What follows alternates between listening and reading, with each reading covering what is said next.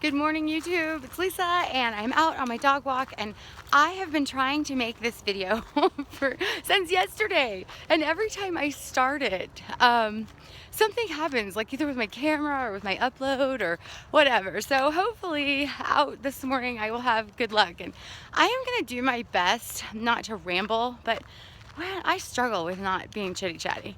So anyway, and the other thing is this morning time is a really good time for me to make a video, but as I get more into showing you guys the RV after my husband's guard weekend, we're gonna have a couple weeks where we're gonna really focus on trying to get some renovations done.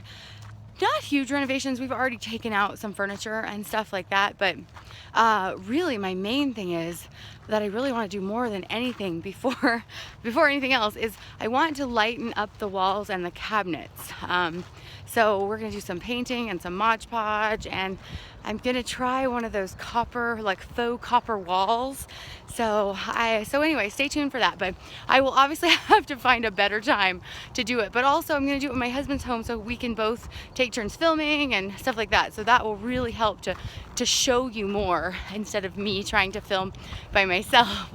So anyway, what I really want to talk about today is I want to talk about this because number one, it's super important if you are going to be trying to full-time RV, and it's something I didn't realize was important. But the other thing is it will kind of set the tone for future videos, so it'll explain some things.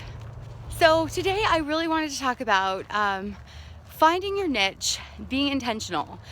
We didn't originally move into our RV to travel. We really moved in to be intentional with our kids.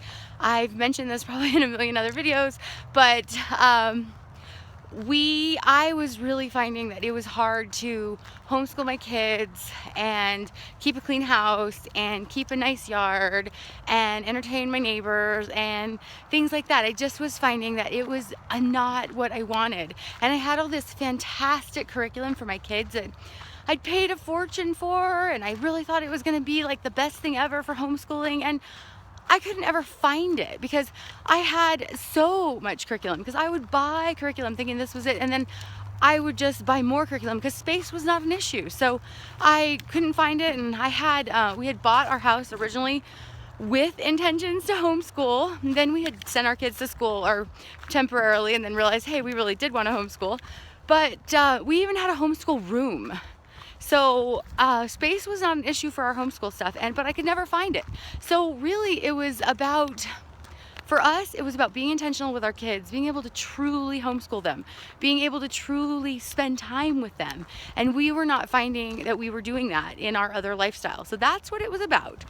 So the more we lived in our tiny house and we did our tiny living, the more, as a homeschool mom, you probably know, if you homeschool, you know that you're always looking to make sure you're doing the right thing. You're always looking to make sure that your kids are going to have, that nobody's ever going to go, oh yeah, I can tell you were homeschooled because you're dumb. So you're always looking to make sure that they have the best education and the best exposure. And so I was realizing that we were really focused on academics, and we had really focused on that, and that we had also really focused on our family culture of being together and really showing our kids that it's important to be together, and your family is like the most important relationship you'll ever have. And I really liked my kids, I have 4 boys, and I really liked my kids having that exposure to my husband and even to our grocery shopping and stuff during the day, because I want them to see what life is like, and I wanted them to see what I want for them to be when they're husbands someday. I know my youngest is 5, so it's gonna be a long time before he's a husband, but I know that it starts here. And I wanted them to see that, husbands do dishes, and husbands husbands help their wives, and they're supportive and things like that. And so those were the things we really wanted to introduce, the academic and the family culture and things like that. But I was doing some research, and I found that one of the biggest things you can do for your kids, aside from reading to them, which we're pretty up on that too. But we, aside from reading to them, is exposing them to different things, exposing them to different cultures, different places. And that really made me start thinking about travel. And maybe we did want to travel. So we started trying to travel, and my husband's an engineer, and we're really happy with his job and his company, and we didn't want to give that up. And he can work from home some of the time, but not all of the time. So we thought, well, let's make that work. So we started trying to travel, but we were constantly, once we got on the road with our 41.5 foot RV being towed by an F450, which adds more feet, we found travel to be really slow, and that we didn't have the time to take 3 or 4 days to get somewhere, or stop every half an hour. The other thing we found was that if you're not going to be somewhere for a month, it can get really pricey to stay in RV parks. And some RV parks actually charge extra if you have more than 2 people. Oh my goodness, some more than 4. Not a lot, but I mean, I don't have that huge of an amount of experience as I'm about to explain.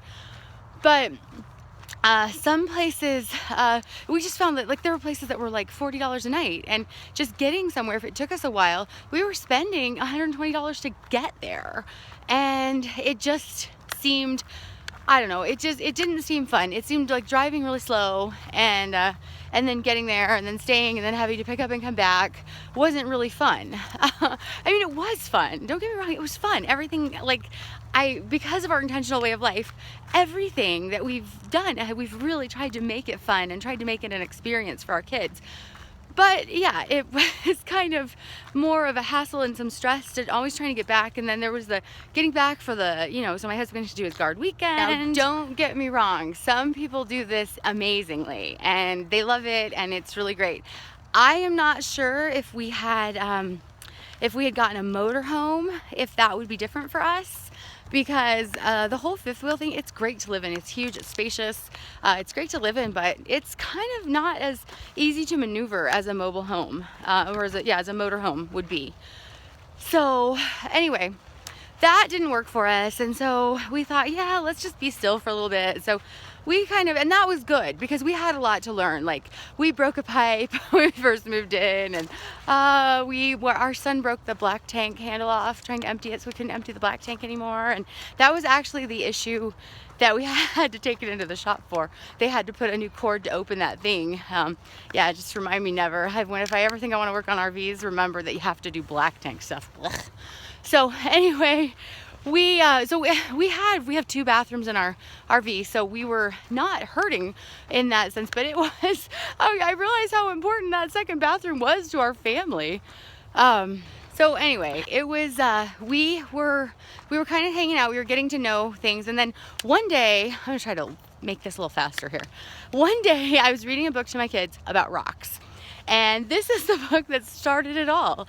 I was reading a book about rocks, and it said, and at the end of the book, it said, and here are some things that are made from rocks, and it showed man-made things, and it showed some natural formations, but one of the things it showed was Mount Rushmore. So I realized that we could go to Mount Rushmore because it's only a few hours from here. So we're in Colorado Springs, so Mount Rushmore is about 5.5, 6 hours from us. So I realized we could go, so I told the kids, let's just go to Mount Rushmore. I called my husband at work and I said, we're headed for Mount Rushmore. And my husband, who is an amazing person and just takes all of my things in stride when I say things like, let's sell everything we own, or let's live in an RV, or let's be vegan. My husband takes it all in stride and does amazing with it. So he was like, oh, whoa, it's gonna be closed by the time you get there, which I had never ever thought of, because at the time it was 10 o'clock, and by the time I packed our food and packed everything up, it would probably have been past 11. So he was right, they actually would have been closed when we got there. So he said, he said, well, why don't we just wait and we'll go tomorrow? So that gave us a whole day to kind of just get ready. And we make these money saving mom rolls, and they're very durable for travel, and then it also makes it super cheap. And so we spent the day like just kind of, you know, alternating batches of rolls so we could pack our food and doing schoolwork and stuff. And then we went, okay, I gotta squeeze through this gate here. And then we went, so then we got up at 4 o'clock the next morning and went to Mount Rushmore. And so we were there pretty early because we left at 4 and we were there in the morning, and it was super fun. And we stopped at the Flintstones campground and took some pictures there, and we stopped just a couple of different places. We had a great time. It was so fun. And then on the way back, we started to realize, hey, we're on to something here. We just took our kids to Mount Rushmore, which was a phenomenal experience. Nobody realized how big it was. We were able to talk about the presidents. We were able to talk about just the architecture and rock formations and everything. And it was just a great experience. And it was exactly the exposure that we had wanted for our kids. So as we're driving home, we are starting to form a list of places that we want to go. And we're starting to realize that we can go a whole lot of places that are within 10 hours that we could really drive to in a day or two. And so we start to form a list, and we realize we can go to Texas, we can go to Oklahoma, we can go to Kansas, we can go to New Mexico, Arizona, and we just really start to form this plan. So we decide, hey, we're gonna start exposing our kids to something twice a month. We're gonna start traveling twice a month, not in the RV. So we form this plan, and we just make a list of these places that we're gonna go. And the thing is, without the RV, it's super fast to get there, and it's super cheap because the diesel and the campground, the diesel truck and the campground in itself, it's expensive, and it takes a long time to get there. So if we just have a weekend, or we just have 4 days or 5 days or whatever, we would prefer to get there faster. So we formed a plan, and we ended up, so after, this was just a few months ago that we did this, and so we ended up going to Kansas, we ended up going to Roswell, New Mexico. Oh, my dog has a cat case. I'm back. This is probably the biggest disadvantage of of being here, and it's only in these couple patches, but it is really cactus heavy. And for a dog, I always forget I shouldn't take this particular path.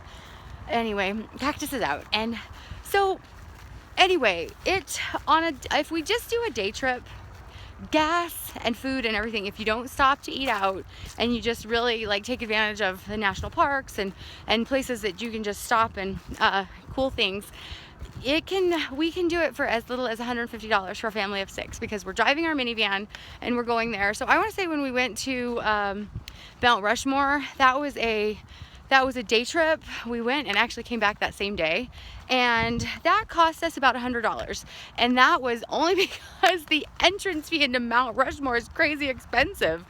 So that's what we've started doing. We've been to Roswell, New Mexico, we've been to Kansas, we've been to Estes Park, Winter Park. So those are both in Colorado, and they're only 2 hours away, but they're super fun. And like sledding and rock climbing, and it's just so awesome. And so we started doing all this. Now we're heading to the Grand Canyon, not this weekend because my husband has guard, but 2 weekends from now we are heading to the Grand Canyon.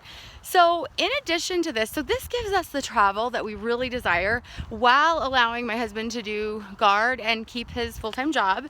And also it allows for us to maintain, like, we're actively involved in our church. We love to be there on Sunday. We love to like rub shoulders with people that we have a lot in common with, even though we are definitely the crazy couple there because we live in an RV. And we wanted our kids to have some continuity in their lives. One of my kids in particular is probably it's really important for him to have stability. And not that full-timing is not stable. I mean, you could certainly be stable as long as you have some routine to it. But for us, I really liked having, like, Monday is we do school, and then we do a local field trip. So that kind of gets that exposure, and that exposure and the things that I was talking about being intentional, and also it lets them know that that is coming Monday, that's coming.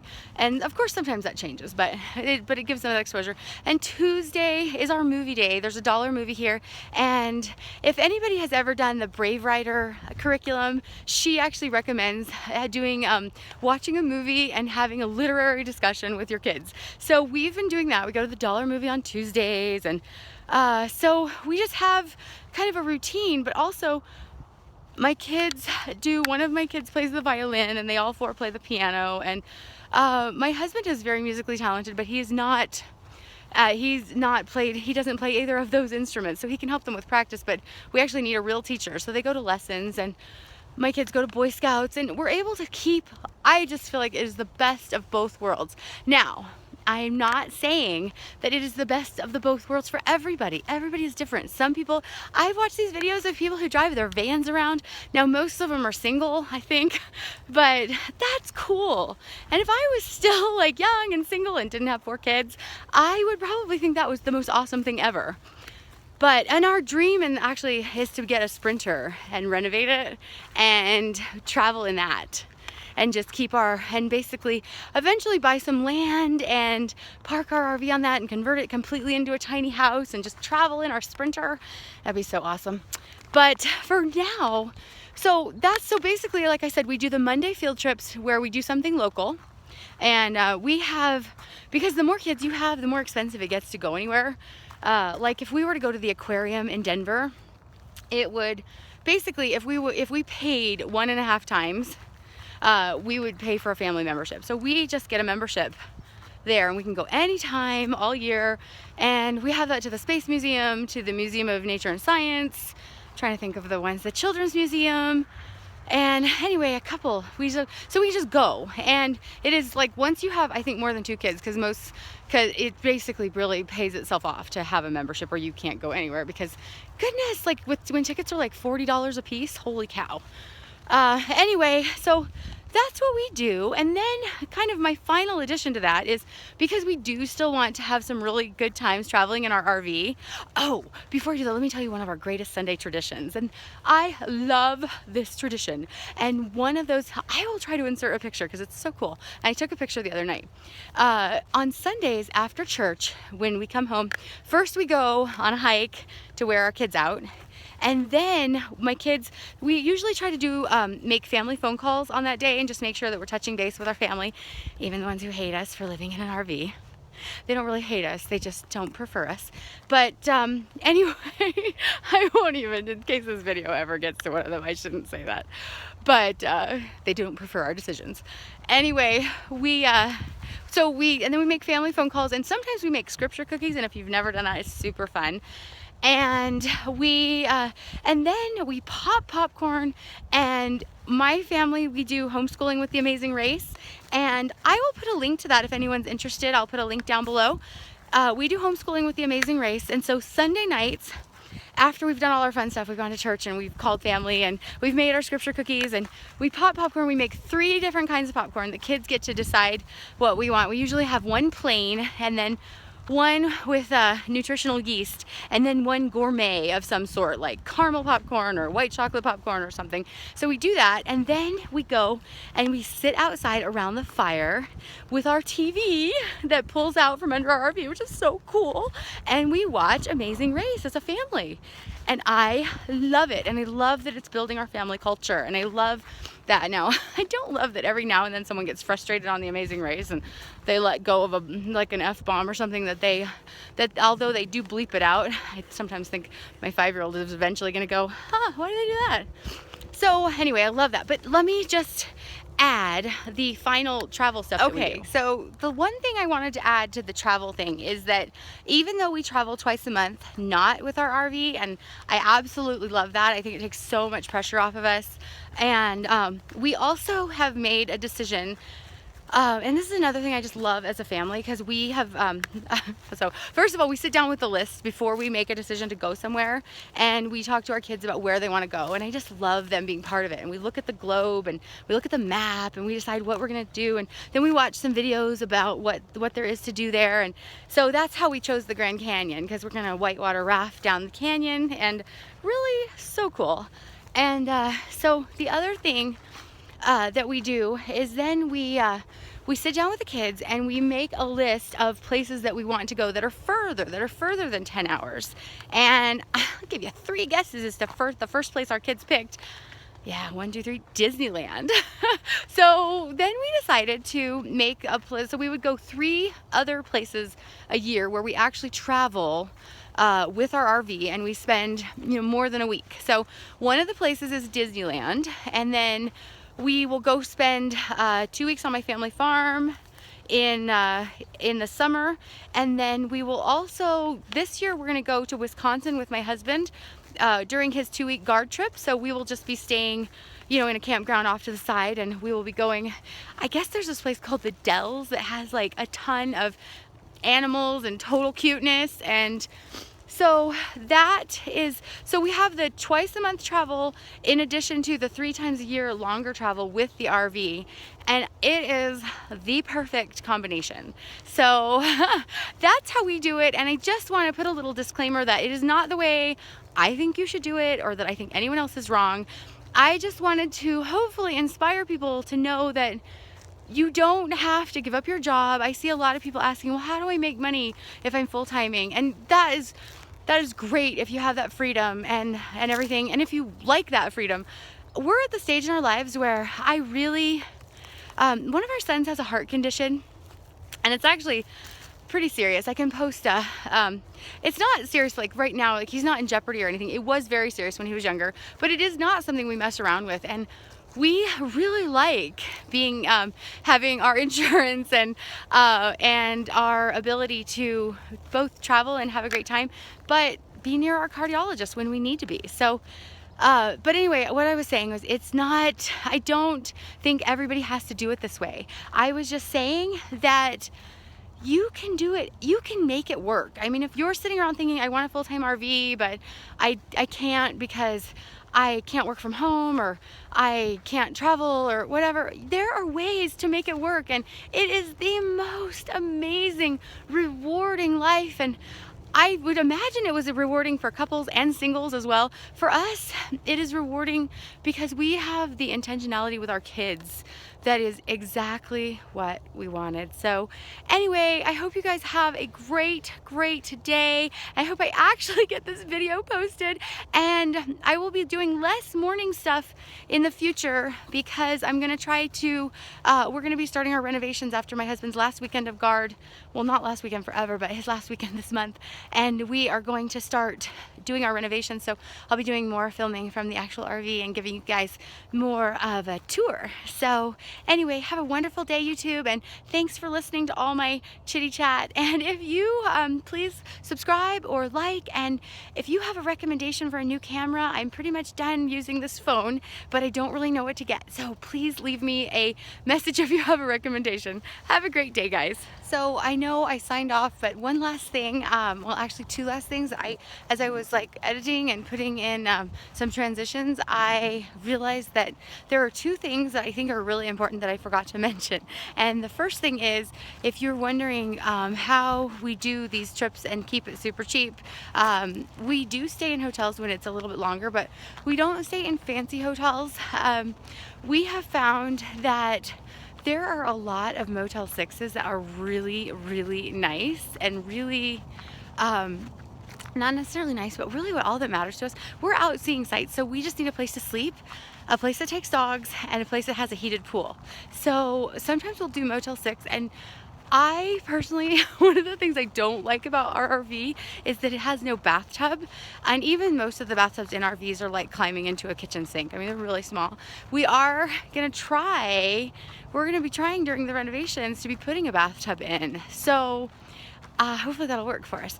But anyway, I love going to hotels so I can take a bath. And the other thing is, so it's cost us so far, the most expensive motel we've stayed in, or hotel we've stayed in, has been $70. And that has been a combination. Sometimes we don't stay at Motel 6 because they don't have an indoor pool. So we will do a Priceline deal or a military deal or something. So I just wanted to kind of let you guys know that that's what we do, because I realized that that was kind of an empty space there, that, you know, so we travel and we do it really cheaply, and sometimes we stay the night and we don't take our RV, but then what do we do? So so yeah, but the thing is, we had tried to do this when we had done travel in our RV. We had stayed in a couple places along the way, and it was $40 a night. So $60 for an indoor heated pool and my ability to take a bath is, I think it's worth it. And so the other thing that I also wanted to mention is, I don't want to make it sound like we're made of money. One of the things that we definitely are enjoying is our ability to pay off some debt in this lifestyle and live this way. And we are able to travel more and do more things because we're not paying a huge mortgage. And the other thing is, you probably figured this out by now, but how we're raising our kids is so important to us.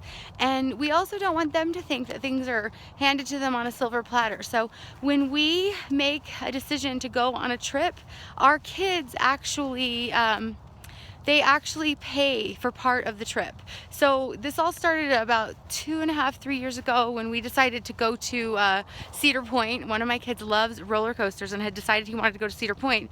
We said, if you want to go to Cedar Point, you have to save. Sorry, the dog kept wrapping his leash around me. I wasn't doing ballet in the middle of the RV park here. And so we said, you and your brothers need to save money. So they did end up, they did pet sitting and pooper scooping and lawn work and mowing lawns and all sorts of things. We had a huge garage sale, and they ended up earning the money for our whole family to go to Cedar Point. And now we're kind of on that same thing with our trip to Disneyland. So they are putting their allowance, and they're doing some work, and so yeah, anyway, that's what we do. And so I just wanted to include that because I think it's really important to know that that, you know, we don't just hand our kids a $5,000 trip to Disneyland just because.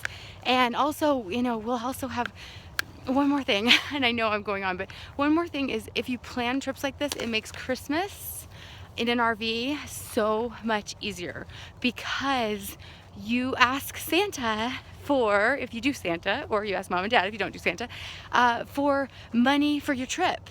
And so it makes it so you really only need a few, you know, a few presents that are small and that you would use in the RV. We ended up getting our kids Kindles. They had them for $69 on Amazon, the kids Kindles. So each kid got a Kindle that they can keep all, you know, all their books and some games and stuff on.